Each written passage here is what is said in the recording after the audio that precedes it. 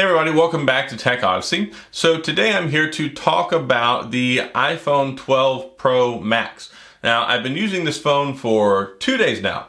Normally I do a 72-hour review, but I felt like talking about this now because I've been using it and I have some mixed feelings about it, but overall my impressions on it are largely very good. And I think that that's positive because I've used a lot of iPhones in the past, and I've been using the iPhone 12 up until I got this just a few days ago. So, what about it?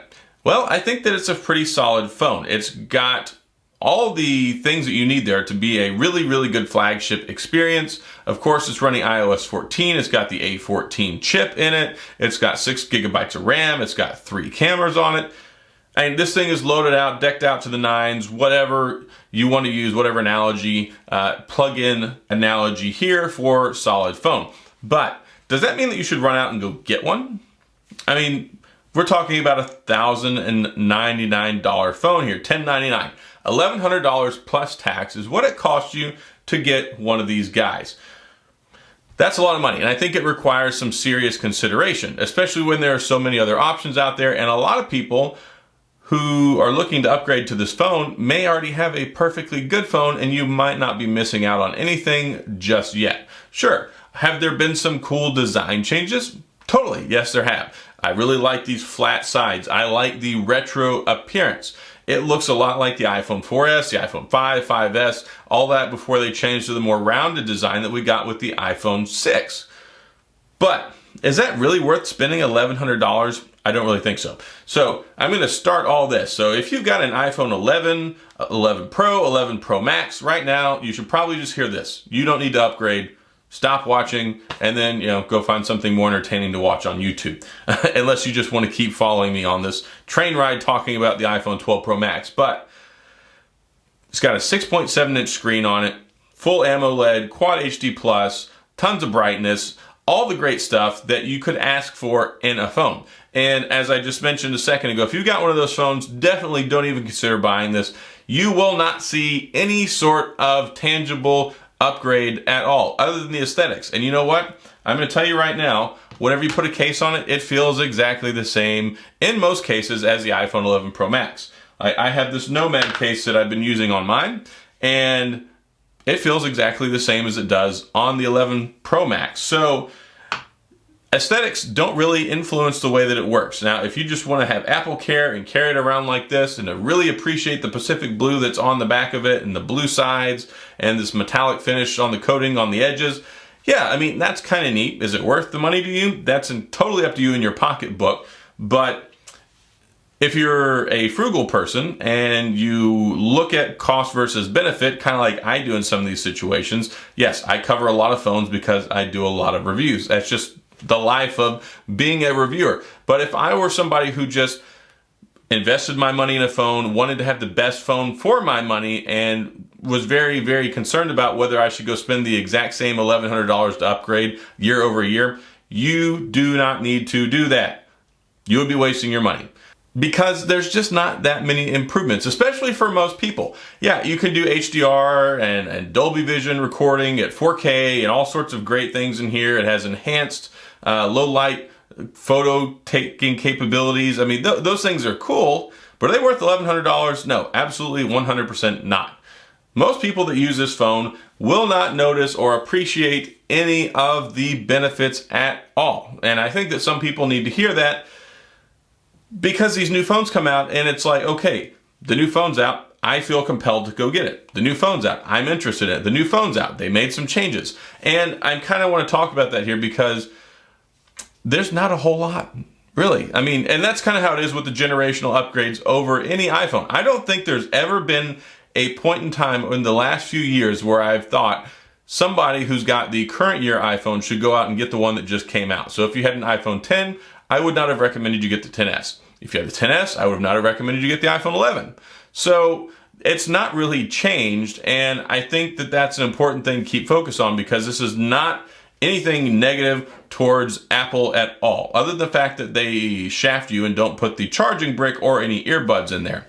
So When you take a look at the iPhone 12 Pro Max, yes, it is the best iPhone that they have ever made. It has the best screen. It has the best well, actually, it doesn't have the best battery. The iPhone 11 Pro Max actually has better battery, just so you know. The iPhone 11s across the board have better battery life than these just because they shaved off some of the battery and they made them a little bit thinner, a little bit lighter, so that they could achieve this new design. And, I like the design. I think that it's fine. And I think the battery life is largely okay. I've been able to get over 6 hours of screen on time, absolutely no problem. So that means I'm not going to complain about it. If I can get 6 hours of screen on time as a power user who completely abuses the battery life on their phone, then a normal person will make it through the day with this. I can almost guarantee without question. So, speakers are great. Screen is beautiful. The overall camera taking ability, the video capabilities is fantastic, especially if you have a MacBook Pro, MacBook Air, any of those. You're going to love this because it is so nice just being able to AirDrop your file straight from your phone to your computer. I have not had an iPhone before since I was using the MacBook Pro, or at least not to where I was using Final Cut Pro yet. And I was not taking advantage of these cool things like AirDrop. And it's great because you can have the Apple Watch, you can have your MacBook computer, and all the stuff works seamlessly, or even an iPad. Your messages, they translate across. The iCloud storage is shared. The pictures are backed up. And all the services, Apple TV, Apple Music, Apple Pay. So there's a whole world of Apple coolness that you're getting when you get an iPhone. But the moral of the story is, if you already have an iPhone 11 series phone, unless you just want the new phone for the way it looks, or you're bumping up from the 11 and you want to get a 12 or a 12 Pro, 12 Pro Max, yeah, then that might be something to consider. But largely, this is designed for people who have a phone that's 2 years old, 3 years old, moving over from Android, haven't had one before, or someone who's just itching to get that new year-over-year upgrade. And you can certainly do that. It just costs you money, and you're not going to see a whole lot of benefit. So I just really wanted to get that stuff out of the way. But my experience with it so far, I've really been enjoying it. Prior to these, I was using an iPhone 8 Plus. I had an iPhone SE 2020 before that. And then, yes, I did have the iPhone 11 Pro and the Pro Max. And then, my wife stole my iPhone 11 Pro Max, which y'all probably heard in other videos before. So I wanted to try this one out, though. And there's like an asterisk next to this, because one of the reasons I actually didn't care so much for the 11 Pro Max is because it was so heavy. It would weigh down, whenever you're holding your phone, it puts a lot of weight and pressure on the joint, on your pinky. If you accidentally drop it on your face, you basically need to have your face reconstructed. These things are seriously heavy, and that's great. They use premium materials, all that great stuff. Ceramic shield, it's got really nice glass on it. It's got metal in the frame. They really make this, it's a premium device without question. You can pick one of these up and immediately you can tell that it's a quality, well-made phone, but it also becomes a blunt force object if you accidentally get hit in the face with it whenever you drop it when you're laying in bed.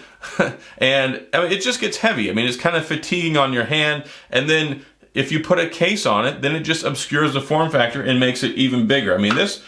Putting a case on here just like this makes it even more bulky and adds even more weight to it. So yeah, if you can carry it without a case, that's totally cool. But of course you're risking damaging it, and I hope you have Apple Care.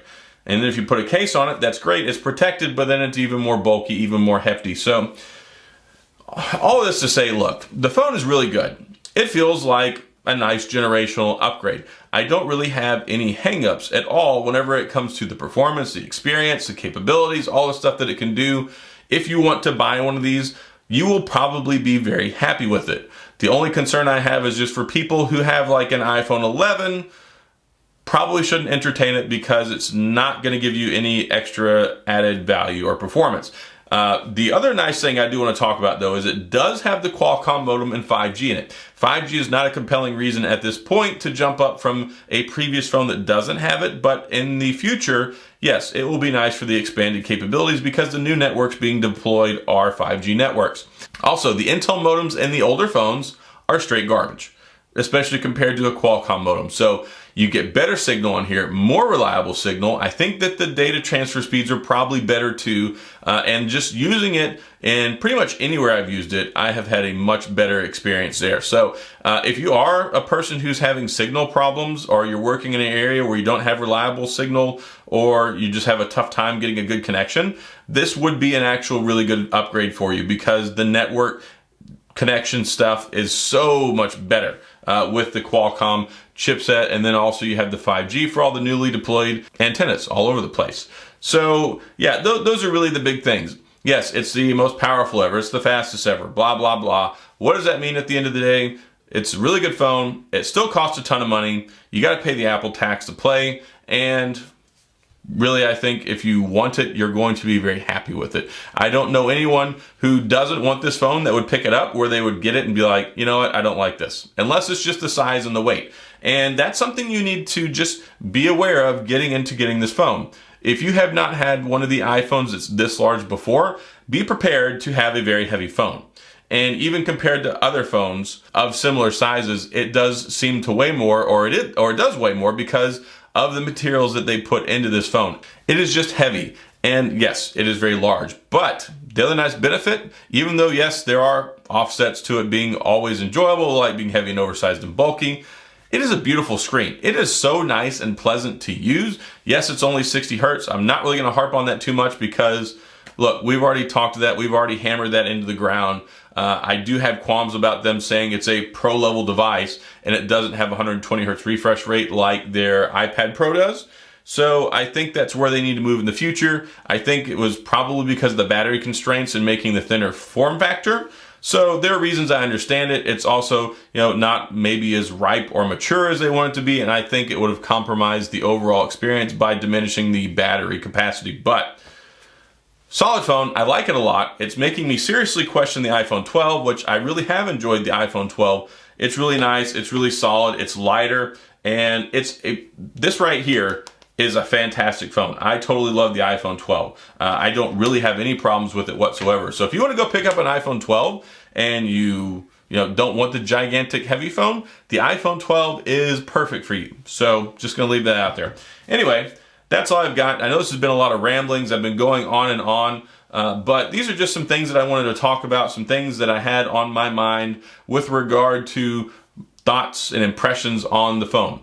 It looks gorgeous. The build quality is great. It's everything that Apple intended it to be. And I think if you're interested in getting one, you're really going to like it.